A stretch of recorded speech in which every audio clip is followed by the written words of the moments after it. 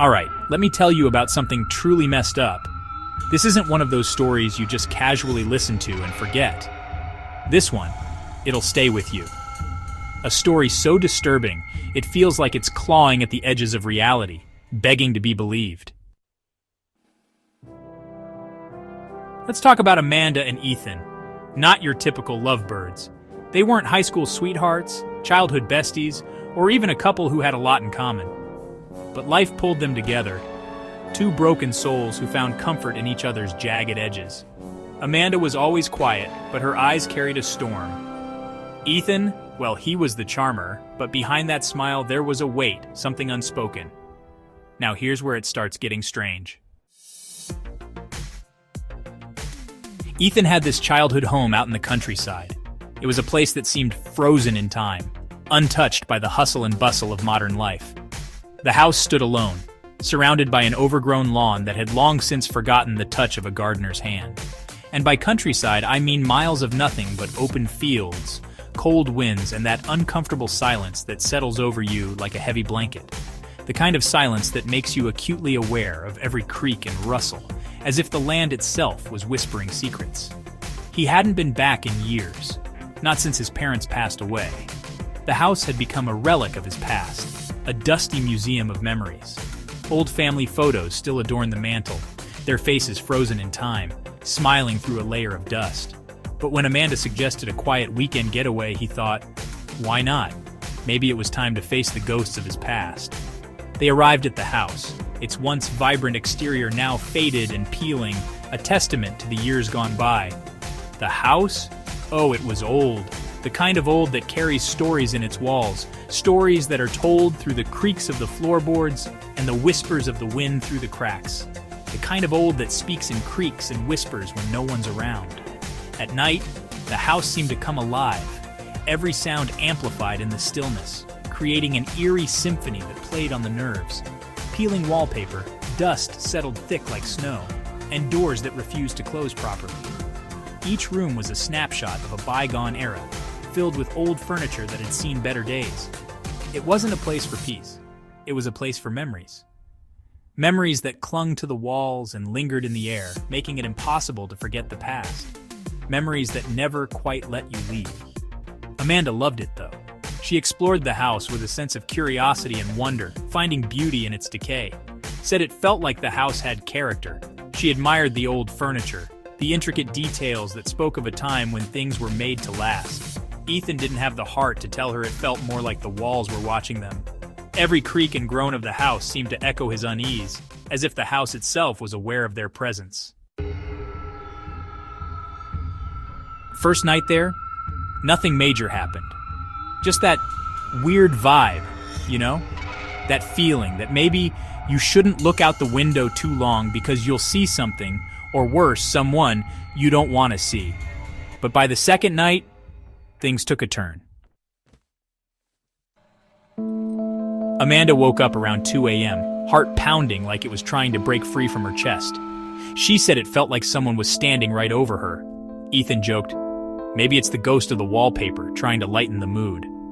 But when she looked at him, her eyes weren't joking. Then they heard it, a soft humming, gentle, almost like a lullaby, coming from the hallway outside their room. Ethan, Amanda whispered, her voice trembling. Tell me you hear that. He nodded. He heard it all right. And here's the kicker. They were alone. Ethan grabbed a flashlight, his hands trembling slightly as he switched it on. The beam of light cut through the darkness, revealing the dust particles floating in the air. He took a deep breath, trying to steady his nerves. They stepped into the hallway, the hum growing louder with every step. The walls seemed to close in on them, the air thick with an unspoken tension. Each creak of the floorboards echoed like a warning, urging them to turn back. It led them to the attic door, which, let me tell you, looked like it hadn't been touched in decades. The wood was warped and splintered, cobwebs draped across it like a shroud. It was a relic of a forgotten time, standing as a silent guardian to whatever lay beyond. You know, in horror movies when the characters do something you know they shouldn't. This was that moment. Every instinct screamed at them to stop, to turn around and leave. But curiosity had a stronger pull. Amanda pleaded, "Don't open it, Ethan." Her voice was barely a whisper, filled with a mix of fear and desperation. She could feel the weight of the unknown pressing down on them, a palpable sense of dread. But curiosity's a nasty thing, isn't it? Ethan's hand moved almost on its own, reaching for the old, rusted handle. The metal was cold to the touch, sending a shiver down his spine. He hesitated for a moment, then turned the handle with a slow, deliberate motion. The attic was colder than the rest of the house, almost like stepping into another world. Their breath fogged up in the frigid air, and the temperature drop was immediate and jarring. It was as if they had crossed a threshold into a place where time stood still. Cobwebs hung like curtains, and in the middle of the room, a small rocking chair. And it was moving. Not fast, just a gentle sway, like someone had just gotten up and walked away. The sight was both eerie and mesmerizing, a silent testament to the presence that lingered there. Just a gentle sway, like someone had just gotten up and walked away. The chair creaked softly with each movement, the sound blending with the distant hum that filled the attic. It was a haunting melody, a reminder that they were not alone. And that's when they saw it. Their eyes widened in shock, hearts pounding in their chests. It was a moment of realization, a chilling discovery that would change everything. A pair of footprints in the dust, small childlike footprints, leading straight to a mirror propped up in the corner. The mirror's surface was tarnished and cracked, reflecting a distorted image of the room. It was as if the footprints were guiding them to a hidden truth, a secret waiting to be uncovered. Now here's the part that still gives me chills.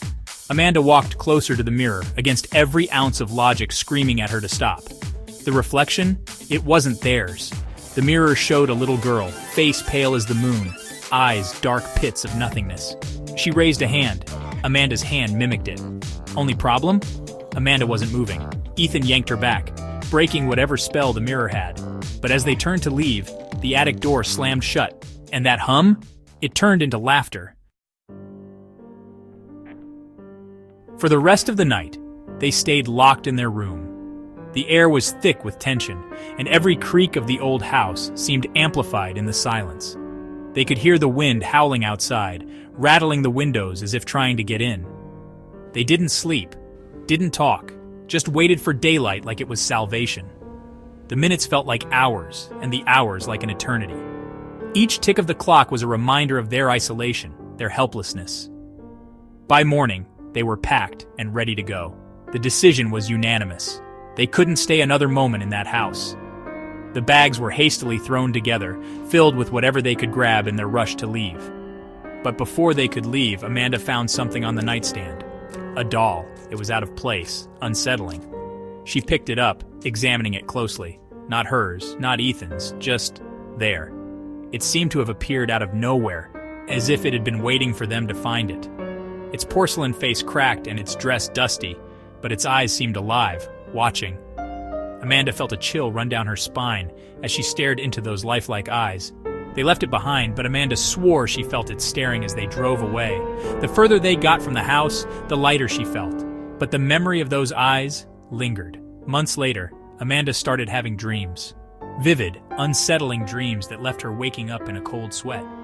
She would see the doll, its eyes following her every move. The same little girl from the mirror, only now she was calling her name. Amanda could hear her voice, soft but insistent, echoing in her mind. Ethan said it was just a bad memory, but Amanda knew better. She could feel the presence of the doll, even in her waking hours. It was as if it had left a mark on her soul, because every time she woke up, she'd find dust on her hands, as if she'd been crawling through the attic in her sleep. The dust was a tangible reminder of the house, of the doll. They eventually moved, changed numbers, tried to forget. They hoped that distance and time would erase the memories, but some things are not so easily forgotten. But some things they don't let go. The house remained, a silent sentinel to their fears, and the doll, well, who knows where it ended up.